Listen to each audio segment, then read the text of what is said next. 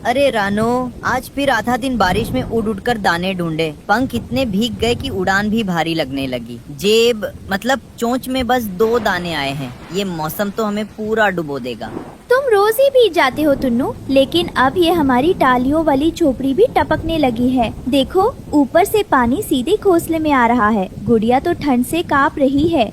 अम्मा, मेरे घोंसले वाले कोने में जहाँ मैं सोती हूँ वहाँ भी पत्तों से पानी टपक रहा है। तकिए मतलब पत्ते के नीचे। दोस्तों, ये रहे हमारी आज की वीडियो के प्यारे सब्सक्राइबर्स और फॉलोअर्स के नाम। समरजीत सिंह, अंजू यादव, वनीता, शबाना, सुनंदा और जो नहीं चुने गए, चिंता मत करो, अगली बार तुम भी बन सकते हो जंगल के सुपरस्टार। दोस्तों, अगर आप भी चाहते हैं मैं आपका नाम अपनी कहानी में लूं, तो देर किस बात की, जल्दी से कमेंट करके अपना नाम हमें भेजें। टपक रहा है। तकिए मतलब पत्ते के नीचे सब गीला हो गया। अरे मेरी नन्ही चिड़िया, तू चिंता मत कर। अभी बाबा डाल पे चढ़ के सूखी पत्तियों से ढक देगा, फिर कोई बूंद अंदर नहीं आएगी। तुम्हें भी अपना ध्यान रखना चाहिए टुन्नू। रोज भीग कर लौटते हो, पंख सुखाने का भी वक्त नहीं मिलता। अगर तुम बीमार पड़ गए तो ये घोंसला कौन संभालेगा?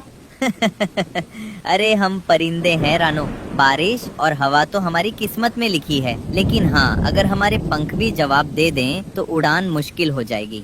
बाबा, मैं आपकी मदद करूंगी। मैं ऊपर उड़कर पन्नी फैला देती हूँ ताकि पानी अंदर ना आए। नहीं बेटा, ऊपर की डाल फिसलम भरी है। रहने दो रानो, हमारी गुड़िया छोटी जरूर है लेकिन पंखों में दम है। जाओ बेटा। छत से पानी टपकता है, बर्तन रखे जाते हैं। गुड़िया बेटा, ऊपर जाकर वो नीला तिरपाल फैला दे, वरना रात को हम सब भीग जाएंगे। गुड़िया छत पर जाती है, हवा और बारिश में फिसलते हुए तिरपाल फैलाती है। बरसात में हर कोई अपने घर को बचाने में लगा था। कोई डालियों में छुपा था, कोई पत्तों के नीचे और कोई अपने घोंसले की मरम्मत में। लेकिन कालू कौवा और जंगल का तोता दोनों तो दूसरों का मजाक उड़ाने में सबसे आगे थे। अरे तोते भाई देख नीचे, ये गरीब रानो और उसका मजदूर पति टुन्नू तिरपाल से घर ढक रहे हैं। सोच रहे हैं इससे उनका घर बच जाएगा। हा हा हा कालू, इनकी चोंच में तो बस 2 दाने आते हैं और बातें करते हैं रंग बिरंगे घर की। अरे भाई, दाने भी उधार के खाते हैं और सपने मोर के पंख जैसे चमकदार। ये चिड़िया तो बस सपना ही देख सकती है। और देखो, वो छोटी गुड़िया चिड़िया ऊपर चढ़कर पत्ते फैला रही है। अरे बारिश में फिसल कर गिर जाएगी तो फिर रोना धोना मच जाएगा। दोनों ठहाका लगाते हैं। इन गरीबों को देख देख के मजा आता है। मेहनत करते हैं लेकिन नतीजा वही टूटी डाल, वही टपकता घोंसला। बारिश अब हल्की हो गई थी। रानो चिड़िया अपनी झोपड़ी के बाहर पानी झाड़ रही थी। तभी रानी चींटी आती है। उसके पीछे छोटी छोटी चींटियां पंक्ति बनाकर चल रही थी। नानो, मैंने सब सुना। वो कालू कौवा और जंगल का तोता ऊपर डाल पर बैठकर तुम्हारा मजाक उड़ा रहे थे। कहते हैं तुम्हारा घर पक्का नहीं बन सकता। हाँ रानी, लेकिन मैं इनकी बातों पर ध्यान नहीं देती। गरीबी में भी अगर दिल रंग बिरंगा है तो घर भी सुंदर लगता है। क्यों नहीं, कोई हमारी मेहनत का मजाक उड़ाए तो गुस्सा आना चाहिए। देख रानी, गरीबी में भी अगर दिल रंग बिरंगा है तो घर भी सुंदर लगता है। हमारे घर में बस 2 दाने हैं, लेकिन यहाँ प्यार की गर्मी है जो किसी भी बारिश से ज्यादा बड़ी है। सही कह रही हो रानो, घर लकड़ी पत्तों से नहीं, हिम्मत और दोस्ती से बनता है। और रानी मौसी, हम रंग बिरंगे पंखों से भी घर सजाएंगे। वाह, मैं और मेरे चींटे भी मदद करेंगे। हम फूलों की पंखुड़ियाँ और सूखी टहनियाँ ला कर देंगे। बाहर बारिश अब भी थोड़ी थोड़ी हो रही थी। रात को झोपड़ी के अंदर टुन्नू रानो चिड़िया से कहता है, रानो, सोच रहा हूँ कभी ऐसा दिन आएगा जब हम पक्के घर में रहेंगे। ऊपर छत होगी जिसमें से पानी नहीं टपकेगा, दीवारें रंग बिरंगी होंगी जैसे मोर के पंख, और मेरे कमरे में लाल पीला पेंट होगा। खिड़की के पास झूला होगा जिस पर मैं बैठकर गाना गाऊंगी। हाँ बेटा, होगा जरूर, लेकिन वो दिन मेहनत से आएगा। जैसे हम रोज दाने दाने जोड़ते हैं, वैसे ही हम सपनों को भी जोड़ेंगे। और घर के बाहर एक बगीचा होगा जिसमें रानी चींटी के फूल होंगे और बरसात में भी खुशबू आएगी। क्या उस घर में हमें कभी डर नहीं लगेगा बाबा? नहीं बेटा, क्योंकि उस घर की दीवारें प्यार से बनी होंगी और जहाँ प्यार हो वहाँ डर नहीं आता। जंगल में तूफानी रात सिर्फ बारिश की नहीं होती, कभी कभी कोई शिकारी भी निकल पड़ता है। और आज आसमान से एक बड़ा शिकारी उतर रहा था, भुल्ला चील। हाँ, ये तिरपाल का घर ज्यादा देर नहीं टिकेगा रानो।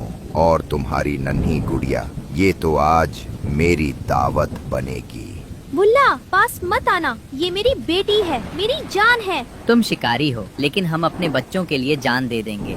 जान देकर भी मुझे नहीं रोक पाओगे मजदूर चिड़े। मेरी भूख बड़ी है और ये नन्ही चिड़िया बहुत मीठा शिकार होगी।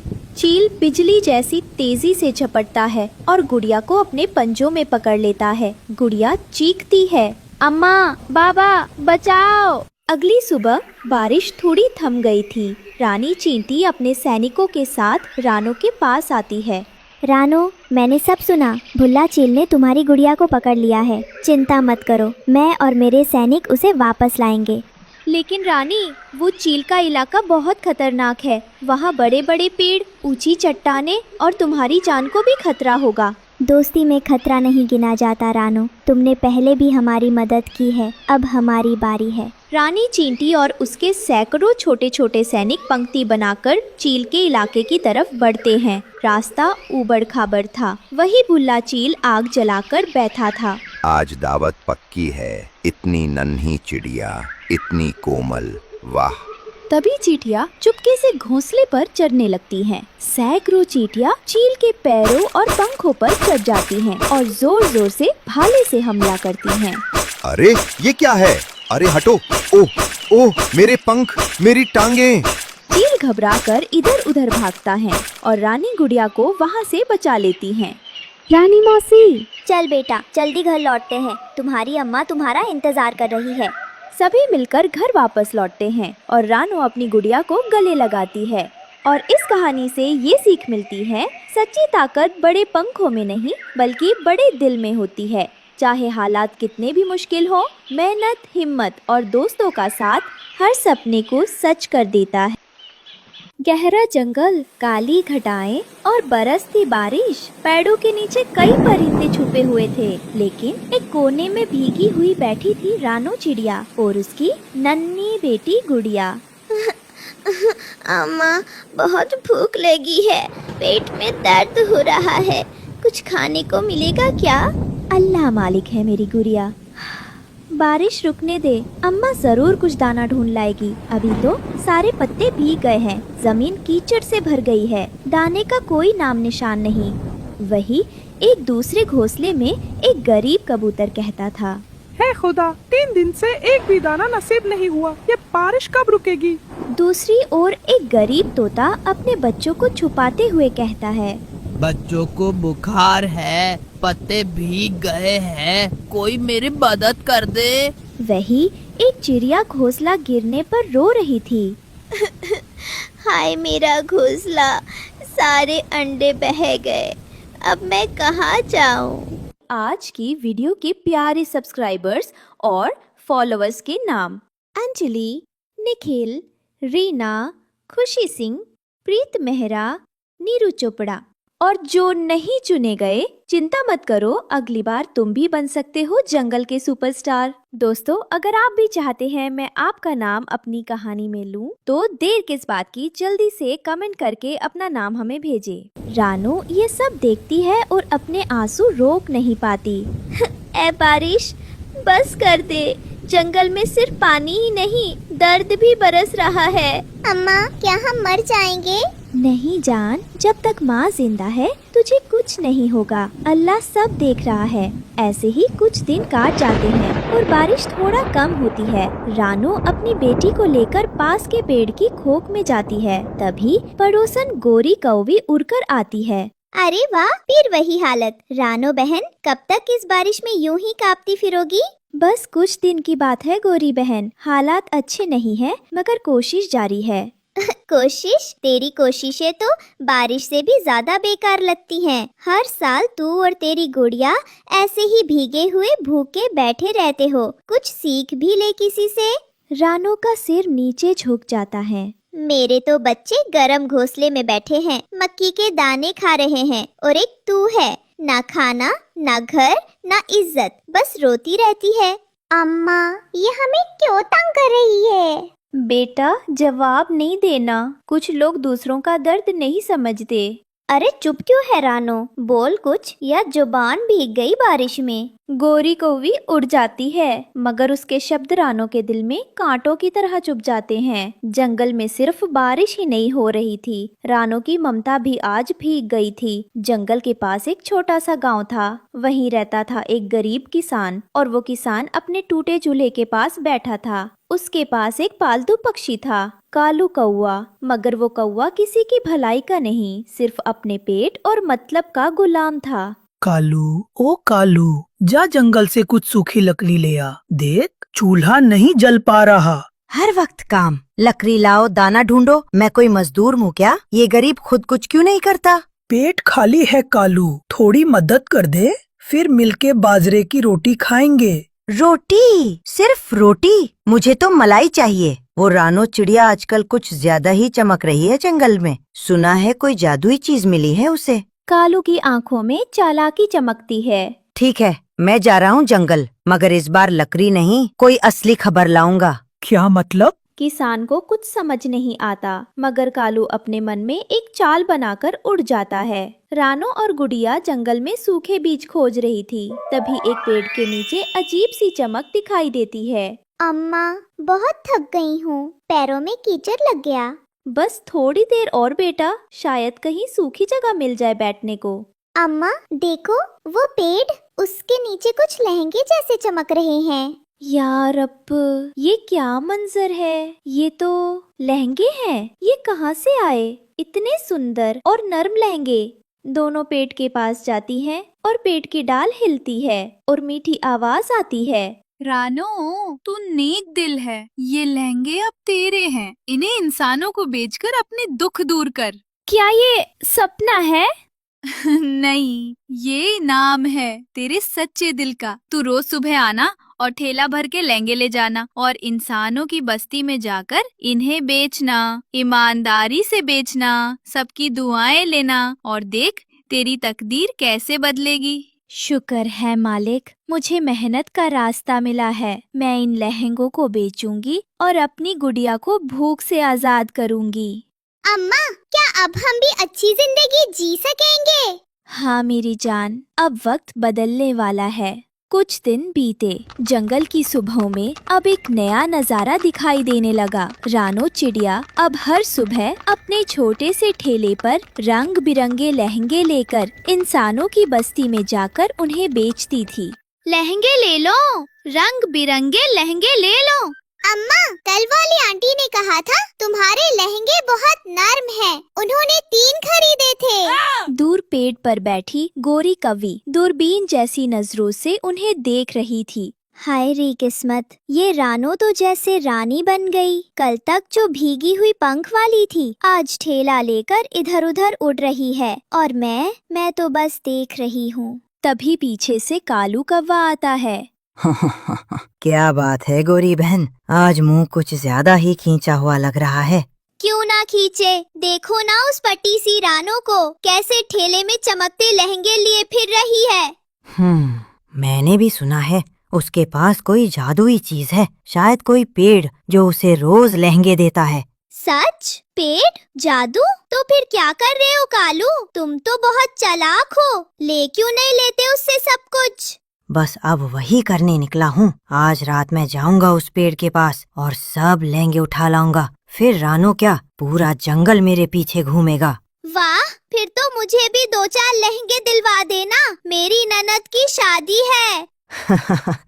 शादी तो तेरे दिमाग की हो रही है पगली। चल तू देख, अब रानो की उड़ान मैं काटता हूँ। चांदनी रात थी, जंगल में हर तरफ सन्नाटा था। रानो और गुड़िया ठेला लगाकर थककर सो चुकी थी और उधर कालू कौवा उड़ता उड़ता उस जादुई पेड़ तक पहुंच चुका था। वाह क्या बात है, ऐसे लहंगे तो इंसानों के मेले में भी नहीं मिलते। अब ये सब मेरा होगा। रानो, उसका तो नामो निशान नहीं रहेगा। वो धीरे से उड़कर पेड़ के पास आता है, पंख फैलाकर एक लहंगे को उठाने ही वाला होता है। तभी पेड़ की डालें हिलने लगती हैं और एक गूंजती हुई आवाज आती है जा कालू, ये लहंगे तेरे जैसे के लिए नहीं हैं। कौन? ये क्या हो रहा है? ये लहंगे नेक दिल रानो के लिए हैं, जिसने कभी किसी का बुरा नहीं चाहा। और तू तो लालची है, धोखेबाज है और अब तुझे सजा मिलेगी। एक तेज चमकता हुआ प्रकाश नीचे गिरता है। कालू की आंखें चौंधिया जाती हैं। अरे बचाओ, मेरी आंखें, मेरा पंख जल रहा है। उसका एक पंख जल जाता है। वो झाड़ियों में गिर पड़ता है। अरे ये क्या कर दिया तूने? मैं तो बस देख रहा था। झूठ। जो दूसरों की मेहनत छीनना चाहता है उसे यही अंजाम मिलता है। अब जा और कभी लौट कर मत आना। कालू जैसे तैसे उड़कर भागता है। अगली सुबह जंगल और गांव में एक नया सूरज निकला था। रानो चिड़िया अपनी बेटी गुड़िया के साथ लहंगों से भरा ठेला लेकर इंसानों की बस्ती पहुंची। हाय, ऐसा लहंगा तो बाजार में भी नहीं देखा। कितना मुलायम है और रंग तो जैसे चांदनी। बहन, मुझे भी दो, मेरी बेटी की सालगिरह है। आप सबको मिलेगा। जितनी दुआएं देंगी उतना ही लहंगा। जंगल के एक शांत कोने में एक छोटी सी प्यारी सी चिड़िया रानो अपने 7 बच्चों गुड़िया चिड़िया, कुब्बू चिड़ा और 5 नन्हे बच्चों के साथ एक पुराने पेड़ पर रहती थी। हर दिन रानो जंगल से खाना और पानी लाती ताकि उसके बच्चों को कोई कमी ना हो। गुड़िया, कुक्कू और मेरे बाकी नन्हे सितारों, देखो आज मैं तुम्हारे लिए क्या लाई हूँ। इतने सारे लाल लाल सेब, एकदम रस भरे, मीठे और चमकते हुए। माँ, इतने सारे सेब, क्या आज कोई त्योहार है? ये तो बिल्कुल चांद जैसे चमक रहे हैं। माँ, इनसे तो खुशबू भी आ रही है। लगता है ये सेब किसी जादुई पेड़ से तो नहीं तोड़ लाई आप? हाय मेरे शरारती बच्चों, जादू नहीं, ये मेहनत का फल है। तुम्हारे लिए दूर वाली पहाड़ी से ये सेब तोड़ कर लाई हूँ। माँ, आप थक तो नहीं गई? इतनी दूर जाना फिर उड़कर लौटना सिर्फ हमारे लिए? माँ की थकान तो तुम्हारी मुस्कान से ही उड़ जाती है। जब तुम्हारा पेट भरा होता है तभी मेरा दिल भरता है। माँ सबसे अच्छी है, माँ से बढ़कर कोई नहीं। हमारी माँ रानी है, हमारी माँ जान है। बस यूं ही खुश रहो मेरे बच्चों, यही मेरी सबसे बड़ी कमाई है। एक दिन 2 इंसान जंगल में घूमते हुए उस सेब के पेड़ के नीचे आकर बैठ गए। रात में उन्होंने वहीं आग जलाई, खाना बनाया और सो गए। अगली सुबह वो बिना आग बुझाए ही चले गए। ये जगह तो बड़ी शांति वाली है। न कोई शोर, न कोई भीड़, सिर्फ पत्तों की सरसराहट और चिड़ियों की मीठी आवाजें। शहर की थकान मानो यही उतर गई हो। हाँ, सच कहो तो यहाँ आकर एहसास होता है कि असली सुकून क्या होता है। न मोबाइल की घंटी, न ट्रैफिक की आवाज। काश कुछ दिन यहीं रह पाते, लेकिन कल ऑफिस है और फिर वही भाग दौड़ शुरू। चलो, अब हमें निकलना चाहिए। सुबह जल्दी ऑफिस निकलना है और अब आग भी बुझने लगी है। हाँ, आग तो खुद ही ठंडी हो जाएगी। चलो टॉर्च निकालो। छोड़ो, ज्यादा कुछ नहीं जलेगा यहाँ। जंगल तो बड़ा है। चलो अब। इंसानों के जाने के कुछ ही देर बाद आग ने पेड़ को पकड़ा और देखते ही देखते वहाँ आग फैलने लगी। चिंगारियाँ उड़ती हुई रानो के घर के पास पहुँच गईं। ये कैसी जलने की बू है? ये तो धुएं की गंध है। रानो घोंसले से बाहर निकलती है और बाहर का नजारा देख वो चौंक जाती हैं। दूसरी तरफ पेड़ों के नीचे से धुआं ऊपर उठ रहा था। हे भगवान, आग! वो सेब वाला पेड़, वहीं से धुआं उठ रहा है। माँ, ये क्या हो रहा है? तुम यहीं रहो, मैं पानी लाती हूँ। हमें आग बुझानी होगी। रानो उड़कर नदी तक जाती है, अपनी छोटी चोंच में पानी भरती है और बार बार आग पर डालती है, लेकिन आग बहुत तेज थी। नहीं, यूँ अकेले मैं ये नहीं कर पाऊंगी, मुझे मदद लेनी होगी। रानो उड़ती हुई हांफती डरी हुई आती है। उसके पंखों पर राख लगी थी, चेहरा धुएं से काला हो गया है। वो सीधा मिट्टू और बंटी कबूतर के पास पहुंचती है। मिट्टू, बंटी भैया, जल्दी चलो, जंगल में आग लग गई है। वो इंसानों ने आग जलाई थी और अब वो पूरे जंगल में फैल रही है। हमारा सेब वाला पेड़ जल रहा है, मेरा घर भी पास है। बच्चे, अगर हमने कुछ नहीं किया तो सब जल जाएगा, सब कुछ। अरे रानो, ये क्या कह रही हो? तुम ठीक हो? बच्चे कहाँ हैं? उन्हें पेड़ के ऊपरी हिस्से में छुपा कर आई हूँ, मगर आग तेजी से बढ़ रही है। अब अकेले नहीं संभाल सकती, मुझे मदद चाहिए। अब समय सोचने का नहीं है। हम तुम्हारे साथ है रानो। चलो, एक एक बूंद भी अगर हम लाएं तो भी कुछ तो फर्क पड़ेगा।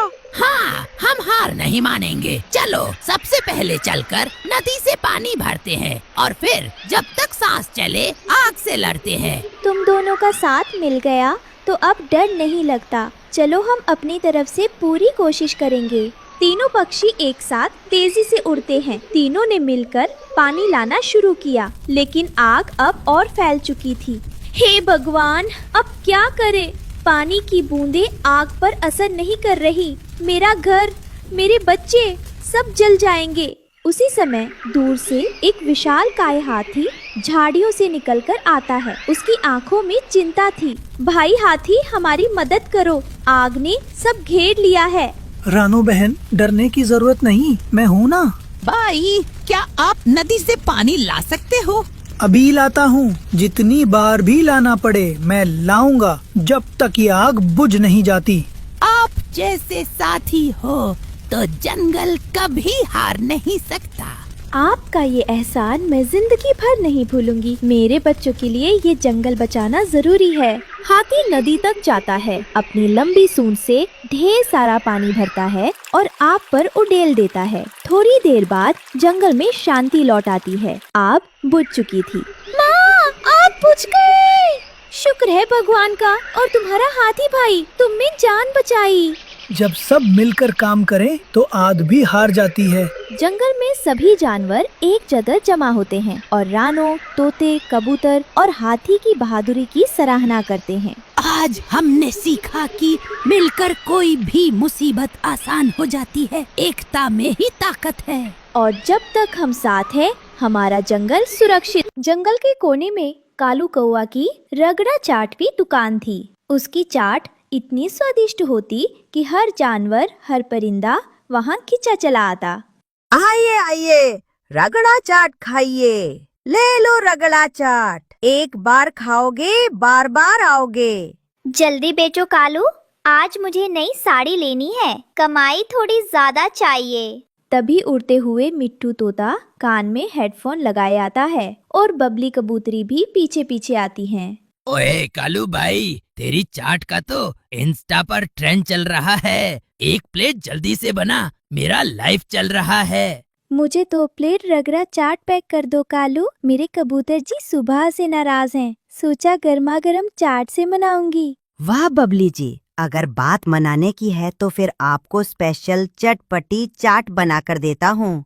जरा मेरे लिए भी एक प्लेट लगा दो। जब से सूंघा है तुम्हारे मसाले के झोंके, तब से पेट में चूहे दौड़ रहे हैं। लो भाई, उबले सफेद मटर, आलू, ऊपर से मसालेदार चटनी, प्याज, टमाटर और कुरकुरी सेव। ये है असली मुंबई वाली रगड़ा चाट। वाह, इसे कहते हैं स्वाद का बम। कालू, तू तो जंगल का मास्टर शेफ निकला। पूरा दिन जंगल में चटपटी रगड़ा चाट बेचने के बाद थका हारा कालू कौवा अपने घोंसले की ओर लौटता है। दरवाजे पर गोरी कौवी पहले से इंतजार कर रही होती है। कितनी कमाई की आज? ला, सब निकाल। घोंसले में घुसने से पहले पैसे दे देना। अरे पहले पानी तो पूछ लेती। पूरे दिन चिलचिलाती धूप में चाट बेची है। अब आया हूँ जरा सुकून से बैठूं। सुकून की बात बाद में करना। शादी के वक्त तुमने कहा था कि हर शाम कमाई मेरे पंखों पर रखोगे। अगर